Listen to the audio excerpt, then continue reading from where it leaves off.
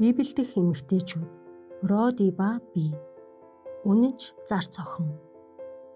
Родигийн тухай Библиэд ганц л удаа дурдсан байдаг ч түүний холбоотой тэр үйл явдал үнэхээр чухал хэрэг байсан юм.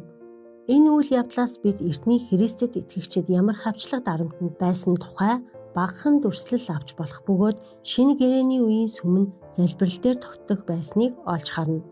Родийн эртний сүмийн залбирлын цуглаанд оролцож байсан учраас түүний нэр Библиэд бичигджээ. Тэрхүү залбирлын цуглаан нь Марк гэгддэг Иоханны эх Мариаг нь болж байсан. Сарна гэх утга бүхий нэртэй Роди охин зарц эсвэл боол охин байсан ажээ. Тэр Мариагийн шивгчин байсан байж болох бөгөөд Мариан чинээлэг бэлэвсэн эмэгтэй байсан нь тодорхой билээ. Родигийн түүх нь бидэнд залбирлын хүч чадлын талаарх онцгой ойлголт өгдөг. Бурхны арга зам нь бидний бодож байгаагаас илүү бөгөөд эзний хувьд шийдвэрлэж чадахгүй асуудал гэж үгүй гэдгийг энэ түүхээс олж харж болно. Бид түүний үйлчлэх сэтгэл, түүний үнэнч тууштай байдлаас суралцах болно. Хамтдаа гүнзгийрүүлэн судалцгаая. Үйлс номын 12 дугаар бүлэг 1-19. Яаковыг цаазалж Петрийг хорив. Энэ үед Херод хаан тэднийг хорлох зорилгоор чуулганаас заримыг нь баривчлав. Иоханны ах Яаковыг тэр завчин алуулжээ. Юудэчүүдэд энэ нь таалагдсныг ажигласан тэрээр Петрийг ч мөн баривчлахаар шийдэв. Энэ нь эсгээгүй талхны баярын өдрүүдэд болжээ. Тэгээд түүнийг баривчлан шоронд хийж 4-4-өөр мануулав. Алгасал баярын дараа Петрийг ард олны өмнө гаргах бодолтой байлаа. Петрийг шоронд хоригдож байхад чуулган бурханд хандаж түүний төлөө тасралтгүй залбирч байв. Херод түүнийг гаргах гэж байсан яг тэр шөнө Петр 2 цэргийн дунд давхар гинжээр гинжлээстэй унтаж байлаа. Хаалганы өмнөх харуулууд ч шоронг манаж байв. Үзэгтэн эзний тэнгэр элч ирж шоронгийн өрөөнд гэрэл цацрав. Тэнгэр элч Петрийг хажуу руу нь явран сэрэж түргэн бос гэхэд түүний гараас гинжин мултран унлаа.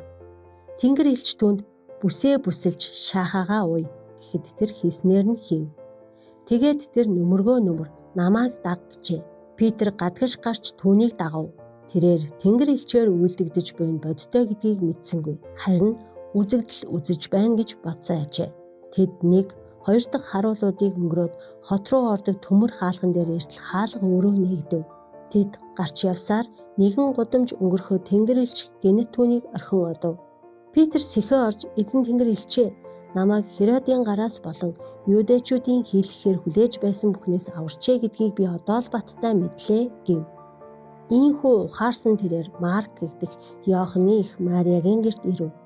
Тэнд олуулаа цуглараад залбирч байлаа. Петр гадаах хаалгыг тогшоход Родиг их зар цохон чангаар гарч ирээд Петрийн дууг танин баярсандаа хаалгаач тайлалгүй дотгошгүй орж Петр гаднах хаалган дээр байна гэж мэдэгджээ. Тэгтэл тэд түүнд чи өөрийн ухаантай байна уу гэхэд зар цохон тийхүү ирсэн болохыг баталжээ. Тэд тэгвэл түүний тэнгэр элч байна гэцгээв. Харин Петр тогшсоор л байлаа. Тэд онгоолгоод түүнийг хармагцаа гайхан сүрджээ. Гэвч Петр тэдэнд чимээгүй байхыг гараараа дохиод эзэн түүнийг шоронгоос хэрхэн гаргасныг ярьж энэ тухай Яаковт болон ах дүү нарт мэдэгдэгээд өөр газар руу одов. Өнөөдрийн амьдралд залбирал үнэхээр биелдэггүй. Бидний амьдрал залбирал заавалч үгүй байх шаардлагатай юу? Бие биенийхээ төлөө залбирах үүрэг хариуцлагыг Христэд итгэгчид хүлээдэг үү? Би Родигийн түүхээс юу сурч амьдралдаа хэрэгжүүлж болох вэ? Би итгэлтэй үйлчлэгч байх замыг сонгох уу?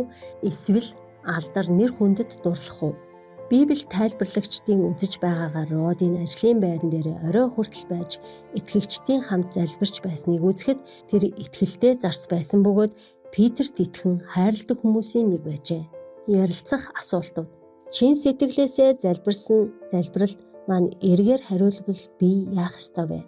Бурхан залбиралд маань үгүй гэж эсвэл ерөөсөө сонсохгүй байгаа мэт бол яах вэ? Залбирал ямар зоригтой талаар хуваалцсан уу? Библийн мэрэгэн үгс. Родигийн талаар зөвхөн үгс бичигдсэн байдаг хэдий ч энэхүү товчхон түүхийг уншвал тэр бурханд итгэлтэй охин байжээ. Даруй төлөв алдар нэргүй хүмүүсийн амьдралаас олон чухал амьдралын сургамжуудыг авч болдог.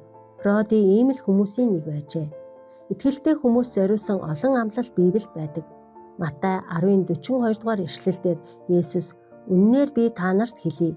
Эдгээр өчүүхэн хүмүүсийн нэгэнд шавийн нэрээр уух аяга хүйтэн ус өгсөн юм боловч шагналаа үл алдна гэжээ. Энэхүү шагналын тухай илчлэлт 2-10 дугаар ишлэл бичигдсэн байдаг. Үхэл хүртэл итгэмжтэй бай. Тэгээд би чамд амийн тэтмийг өгнө. Хуваалцах нь Роди маш онцгой залбирлын нэгэн бүлгэмд хамрагддаг байжээ. Тэдгээр итгэгчдийн гуйлт хүсэлт гайхамшигтайгаар хариулт авсан юм. Та хэрэгцээ сонирхол төстэй эмэгтэйчүүдийн залбирлын бүлэг байгуулж чадах уу? Жишээ нь бэлэвсэн эхнэр, дөнгөж амардсан эмэгтэйчүүд, өсвөр насны охид, хөрш эмэгтэйчүүдийн гих мэт. Танаа бүлгийнхэн 7 хоног бүр уулзаж тулгамдсан асуудал болоод ивэлийнхэн төлөө хамтдаа залбирч болно шүү дээ. Хамтдаа залбирцгаая. Эзэн минь ээ, бусдад үйлчлэн танд итгэлтэй байх мэрэгэн ухааныг надад өгөөч. Намайг Родитой адилхан болгож өгөөч. Амен.